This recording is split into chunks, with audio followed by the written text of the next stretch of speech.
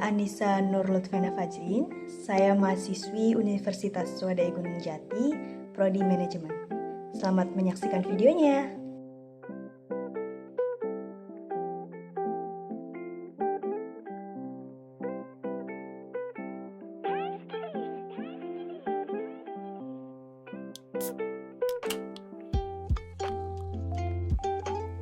Beberapa tingkat kinerja. Yang pertama, kinerja organisasi.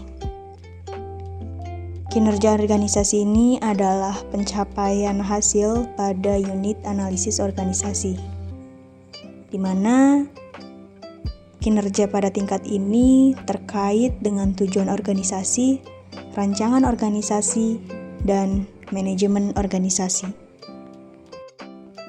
Yang kedua, kinerja proses. Kinerja proses adalah tahapan dalam menghasilkan produk atau layanan, di mana kinerja proses dipengaruhi oleh rancangan dari suatu proses dan manajemen prosesnya.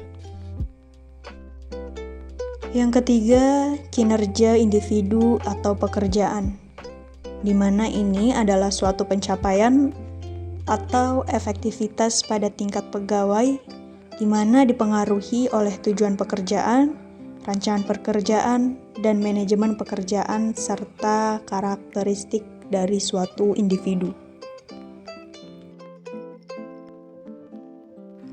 Kemudian yang selanjutnya kita masuk kepada kinerja dan problematika dalam manajemen pengetahuan.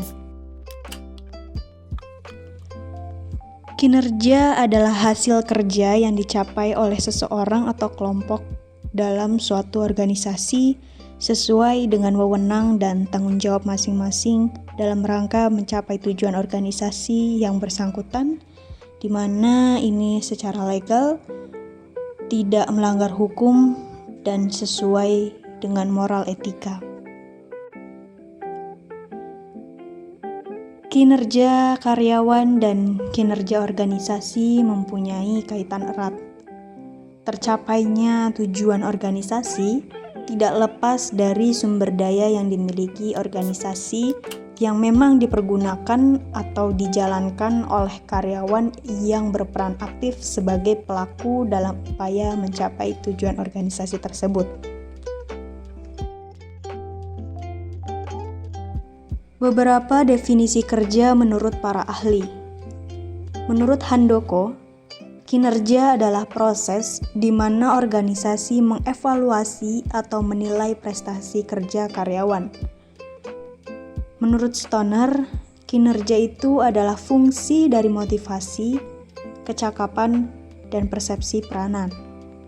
Sedangkan menurut Interplan, kinerja itu terkait dengan operasi, aktivitas program, dan misi organisasi.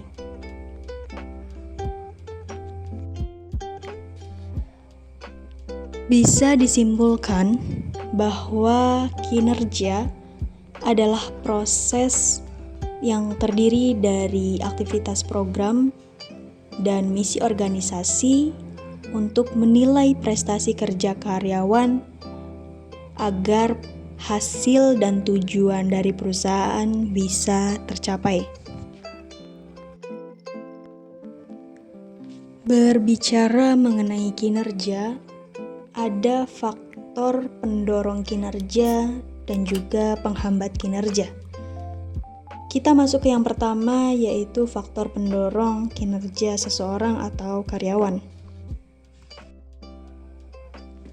Faktor pendorong yang pertama yaitu audit model intelektual, di mana faktor ini bertujuan untuk memonitor dan mengatur modal intelektual suatu perusahaan.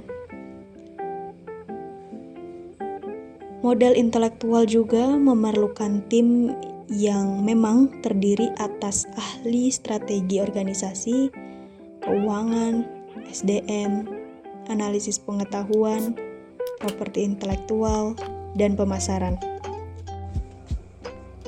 Faktor penghambat. Yang pertama, masalah yang melekat dalam sistem pengukuran manajemen pengetahuan itu sendiri. Yang kedua, sulit mengidentifikasi hubungan langsung antara inisiatif manajemen pengetahuan dengan performansi perusahaan. Yang ketiga, manajemen biasanya meminta indikator kasat mata, seperti dampak terhadap performans keuangan dan operasional.